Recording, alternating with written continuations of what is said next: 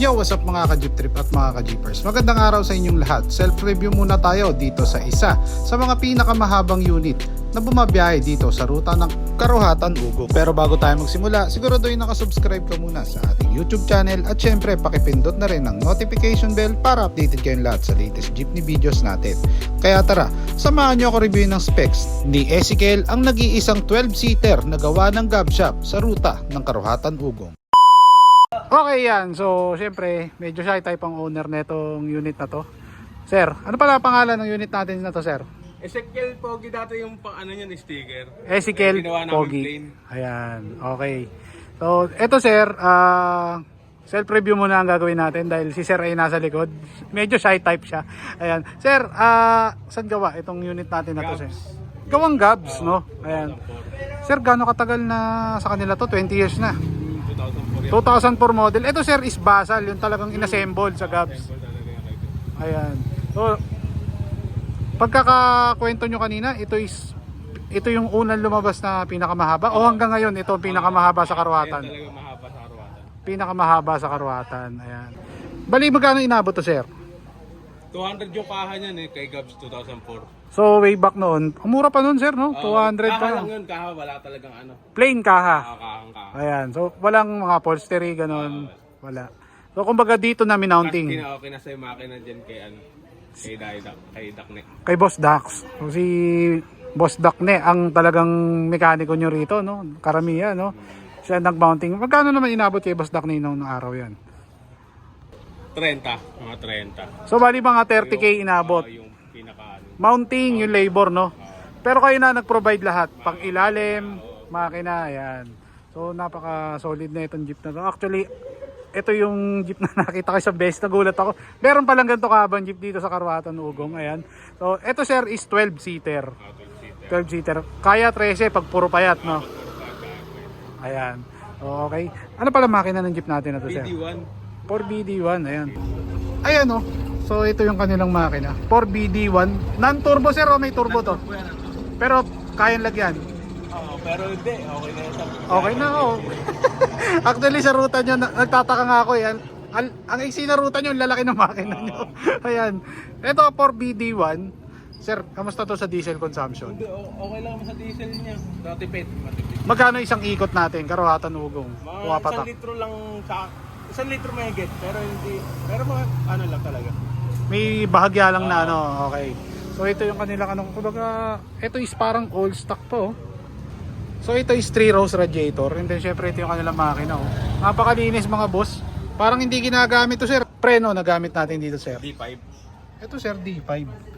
May clutch booster din. Oh, may clutch. Tama ba? Para ito yun, oh, ito to. So ang nagkabit niya si Boss Daknina. Kasama na yan. All goods. And then transmission natin sir, 5 speed o 6 speed? 5 speed lang. 5 speed. Ayan. Sir, kamusta? Na numero 3. Kamusta to sa takbuhan? Naitakbo na natin. Anong pinakamalayo na itakbo natin dito? Nag-Bicol yan. Bicol. Ayos ha. Tacloban. Pinakamalayo Tacloban. Leyte na yun sir. Oo, malayo talaga. Ang layo na, no? Ayan. Next natin may napansin ako dito. Yung kanilang fog lamp ay kakaiba. Ayan. Bosch. Ang brand Light Star. Ayan. Ito sir parang ano to? HID. LED. Ano lang. Fog light na ano lang. Ordinary. Pero sabi ni sir kanina parang 4-5 yata ang bumbilya. Ay hindi, yung ano, yung buong ilong kanya halos 5,000 yung isang piraso. Ganun. Ito. Yung pambilya, parang 1,000 yung pares. Ganun. 1,000 pares ang bumbilya. Halogen, Halogen siya, no? Ayan. Sir, pwede mo makita kung sample niyan? Ayun, no? Napakaliwanag mga boss. Solid niya, no? Okay.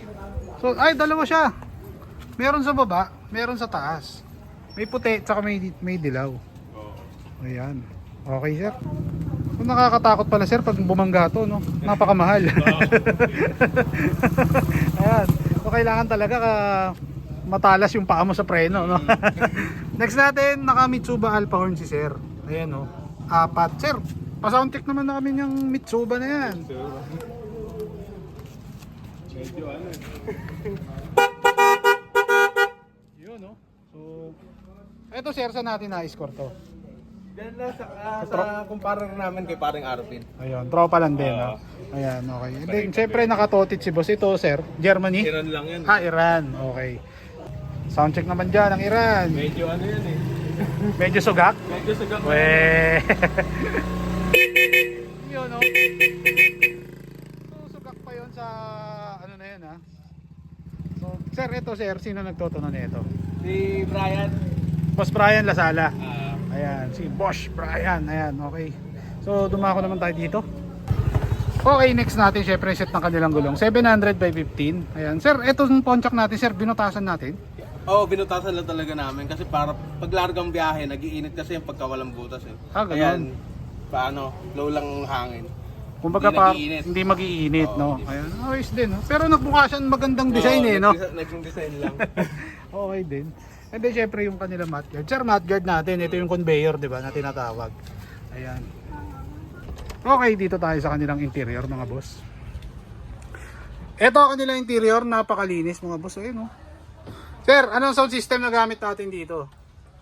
Sa ampli, lightning lab, dalawang ampli mono, saka Dalawang ampli mono, tsaka ay, yung isa mono, yung isa yung sa pamboses. isang pang sub, isang pang boses. Ayan, okay. Tapos, yung ano, Pioneer na head unit. Pioneer na head unit. Ito yun, mga boss, oh. Tinen! Tapos, naka-apat na Meron sila nito, oh. Yung revolving light. sa Ayan, preno. oh. Sinasabay sa preno. Nasa pag pinreno yan.